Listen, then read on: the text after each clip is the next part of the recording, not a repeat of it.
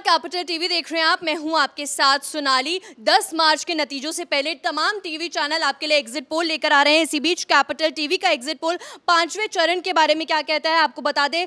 BJP को 44 से 48 सीटें मिल सकती हैं, सपा को 10 से 12, वहीं बसपा को 0 और यहां पर कांग्रेस की बात करें तो 1 से 3 और बाकियों को भी 1 से 3 सीटें मिलती नजर आ रही हैं। वहीं पूजा, अगर बात करें हॉट सीटों की तो अयोध्या में राम मंदिर पूरे चुनाव में छाया रहा, क्या कहना चाहेंगे? बिल्कुल, देखिए पांचवा चरण में जो सबसे इम्पोर्टेंट सीट है वो अयोध्या है, क्योंकि अयोध्या में राम मंदिर एक बहुत बड़ा चुनावी मुद्दा बना था और बीजेपी के लिए ये बहुत बड़ी उपलब्धि है। उपलब्धियों की लिस्ट में बीजेपी हर बार गिनाती है कि अयोध्या में राम मंदिर का भव्य निर्माण होना और अयोध्या की आसपास की सीटों का भी इम्पैक्ट जो है वो राम मंदिर की वजह से पड़ेगा। अयोध्या की तरफ से वेद प्रकाश गुप्ता जी मैदान में हैं, जो पिछली बार भी जीते थे, इस बार भी उनको बीजेपी के प्रत्याशी बनाया गया। कई बार ये खबरें भी आई कि अयोध्या एक इंपॉर्टेंट सीट है तो योगी आदित्यनाथ वहां से चुनाव लड़ सकते हैं, पर ऐसा नहीं हुआ। वेद प्रकाश गुप्ता पे बीजेपी ने भरोसा जताया और एक बार फिर से वेद प्रकाश जी मैदान में है। तो नो डाउट, दावे के साथ ये मैं कह सकती हूँ कि अयोध्या की सारी सीटें जो है वो बीजेपी जीत रही है। पर अयोध्या के आसपास का जो एरिया है, फैजाबाद की बात कर ले, रुदौली की बात कर ले, तो ये कुछ ऐसे एरियाज हैं जो मुस्लिम बहुल इलाका माना जाता है। अयोध्या के नाम पर राजनीति हुई, मैंने आपको पहले कहा। चुनाव प्रचार खत्म होने के ठीक एक दिन पहले बीजेपी की मेगा रैली थी। सारे बड़े बड़े केंद्रीय मंत्री अपर्णा यादव से लेकर सारे लोग पहुंचे थे। हमने बातचीत भी की, मैं खुद कुछ दिन अयोध्या में मौजूद थी। लेकिन जिस दिन बीजेपी की रैली थी ठीक उसी दिन अयोध्या में समाजवादी पार्टी की भी रैली थी और जो भीड़ देखने को मिली, मैं अपना एक्सपीरियंस अपने दर्शकों को बता रही हूँ। बीजेपी की रैली में जितनी भीड़ थी वहां पे समाजवादी पार्टी की रैली में भी बहुत ज़्यादा भीड़ नजर आया था। लेकिन हाँ, कहीं ना कहीं उसका इम्पैक्ट बिल्कुल नहीं पड़ेगा। रैलियों में भीड़ होती है लेकिन वोट कौन किसको देता है ये आप और हम दोनों समझते हैं। और खास करके बात अयोध्या की हो तो राम मंदिर एक बहुत बड़ा मुद्दा है। राजनीति की बात करें तो अयोध्या खुद पहली बार अखिलेश यादव पहुंचे थे। रामलला के दर्शन करते हैं लेकिन ये हनुमानगढ़ी के वो दर्शन करते हैं लेकिन रामलला के दर्शन नहीं करते हैं। तो उनकी राजनीति भी समझ में आती है कि अगर वो रामलला के दर्शन कर लेते तो कहीं ना कहीं जिन लोगों को वो टारगेट कर रहे हैं, मुस्लिम बहुल एरिया को जो वो टारगेट कर रहे हैं, फैजाबाद हो, रुदौली हो, तो उनके लोग नाराज हो जाएंगे। लेकिन उन्होंने कोशिश जरूर की, पहुंचे जरूर, लेकिन ये वोट पे तब्दील नहीं होगी। ये जो आप सीटें दिखा रही है हमारे दर्शकों को 44 से 48, ये बहुत बड़ा आंकड़ा है क्योंकि 61 सीट है। पिछली बार की बात करें तो इसी के आसपास सीट आई थी। एक बड़ा इम्पैक्ट देखने को मिलेगा। राम मंदिर नो डाउट बहुत बड़ा मुद्दा है, लेकिन बीजेपी बार बार ये कह रही है कि हमारे लिए ये राजनीतिक मुद्दा नहीं है, वो धर्म की बात है, वो हिंदुत्व की बात करते हैं। लेकिन हाँ, उसका प्रभाव पड़ा है क्योंकि हमने ग्राउंड से जो रिपोर्टिंग की, हमने जो पब्लिक ओपिनियन अपने दर्शकों को दिखाए, हर किसी का ये नारा था, सिर्फ अयोध्या में नहीं, अयोध्या के आसपास की सीटों में नहीं, पूरे उत्तर प्रदेश की बात करें तो हर जगह ये नारा चला कि जो राम को लाए हैं वो हम उनको लाएंगे।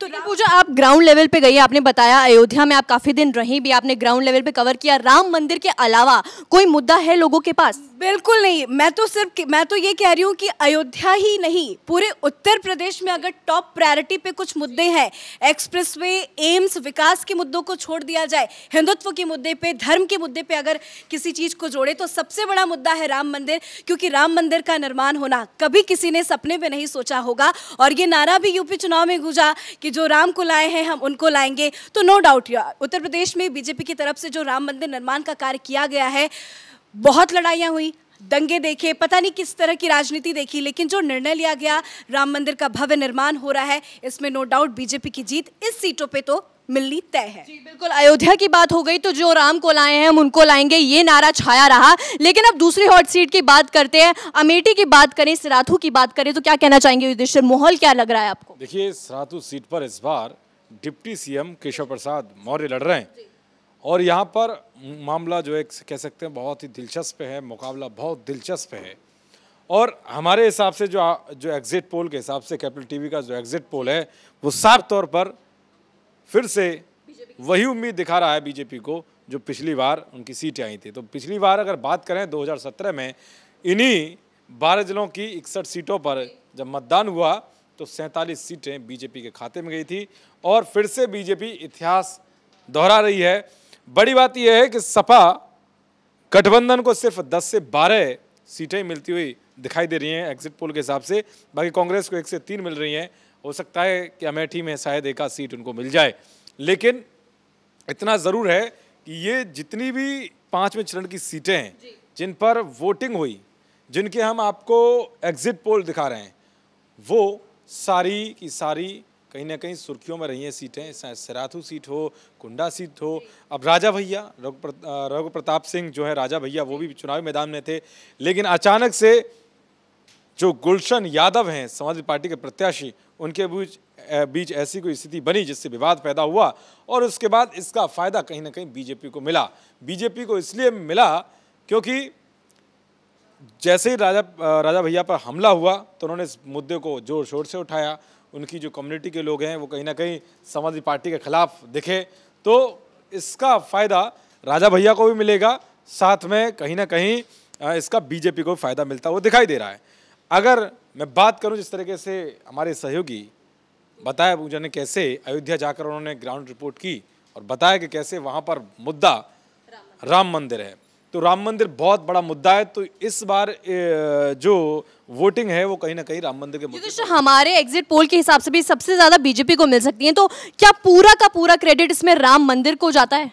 बिल्कुल। इस अब ये आप ये मत सोचिए, भारी अंतर नजर आ रहा है दोनों में। देखिए आप ये मत सोचिए कि जो 61 सीटें हैं इनका अलग अलग हिसाब है, वो अलग बात है, लेकिन कहीं ना कहीं इसमें अयोध्या की सीट जुड़ना इस चरण में, इससे बहुत बड़ी कह सकते हैं कि मजबूती बीजेपी को मिली है। और इस सीट के जरिए बीजेपी ने आसपास की और सीटें हैं उन पर कहीं ना कहीं एक मजबूत पकड़ बनाई है। और कई जगह पिछली बार जिस तरह से चुनाव में 2017 के में क्लीन स्वीप किया थे कई जिलों में, तो इसीलिए इस बार 12 जिलों में से भी बहुत अच्छी स्थिति निकलकर सामने आ रही है बीजेपी की। और बीजेपी ने जो अपने काम किए हैं तो कहीं ना कहीं जनता ने उस पर वोट किया है। अगर प्रयागराज की बात करूं मैं या प्रतापगढ़ की बात करूं, प्रतापगढ़ में भी बहुत कुछ काम किया है, गोंडा में भी काम किया बीजेपी ने, अमेठी में भी जिस तरह के आप देख सकते हैं कि कांग्रेस का एक गढ़ हुआ करता था अमेठी, लेकिन अचानक से बीजेपी की ऐसी आंधी चली कि राहुल गांधी वहाँ से करारी हार मिली उनको और वो सीधे वायनाड भागे चले गए। उन्हें पता था कि हार जाएंगे, इसीलिए वो वहाँ चले गए। इसीलिए बीजेपी ने धीरे धीरे यहाँ मजबूत पकड़ बनाई और अमेठी से सांसद बनी स्मृति ईरानी।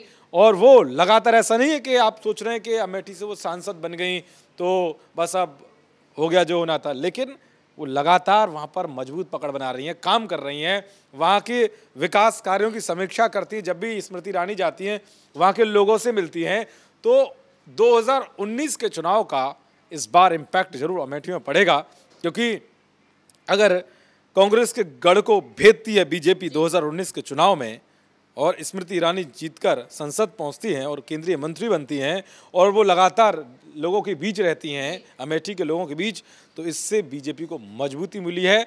और सिराथू में भी बीजेपी का अच्छा प्रदर्शन रहा है, वहाँ पर डिप्टी सीएम केशव प्रसाद मौर्य। ये तो गोंडा की बात करें, सपा मजबूत दिखाई दे रही है वहाँ पे। देखिए गोंडा में सपा मजबूत भले ही दिखाई दे रही है, लेकिन स्थिति वैसी नहीं है जैसी होनी चाहिए, क्योंकि यहाँ भी बहुत बड़ा विवाद रहा है। पाकिस्तान जिंदाबाद के नारे लगाए गए थे वोटिंग के दौरान, तो ये सब मामला भी सुर्खियों में रहा। तो ऐसा नहीं कह सकते कि एक वहाँ पर त्रिशंकुए एक मुकाबला है कि जो है त्रिकोणीय मुकाबला है, तीनों जगह से कहीं ना कहीं पार्टी के जो दावेदार हैं उनमें जो है बहुत बड़ी लड़ाई दिख रही है। लेकिन नतीजे 10 तारीख को सबके सामने होंगे और ये सच है कि इस बार फिर से बीजेपी प्रचंड बहुमत के साथ आ रही है और हमारे जो एग्जिट पोल है वो 277 से 295 दिखा रहे हैं। मैं फिर से दिखा दूं एग्जिट पोल, कैपिटल टीवी का एग्जिट पोल 5वें चरण के लिए क्या कहता है? बीजेपी के लिए 44 से 48 सीटें मिल सकती हैं, वहीं सपा 10 से 12, बसपा 0, वहीं कांग्रेस 1 से 3।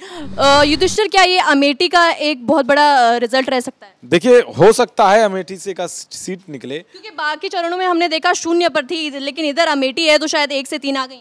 देखिए इसके लिए अभी 12 जिले हैं, 12 जिलों में 61 सीटें हैं, तो इनमें एक एक करके तो बहुत समय लगेगा, मैं बताऊंगा। लेकिन इतना ज़रूर हो सकता है कि अमेठी में थोड़ी सी इनकी स्थिति अभी बची हुई है विधानसभा लेवल पर, लेकिन अगर जिले लेवल पर देखें कुछ स्थिति ऐसी नहीं है जिससे ये कुछ नया कर पाए वहाँ पर। तो कांग्रेस की तो आप मानिए मत कुछ भी, क्योंकि कांग्रेस देश से अब कह सकते हैं जैसे डायनासोर विलुप्त हो गया ना, उसी तरीके से डायनासोर की तरह ही कांग्रेस भी धीरे धीरे विलुप्त होती जा रही है।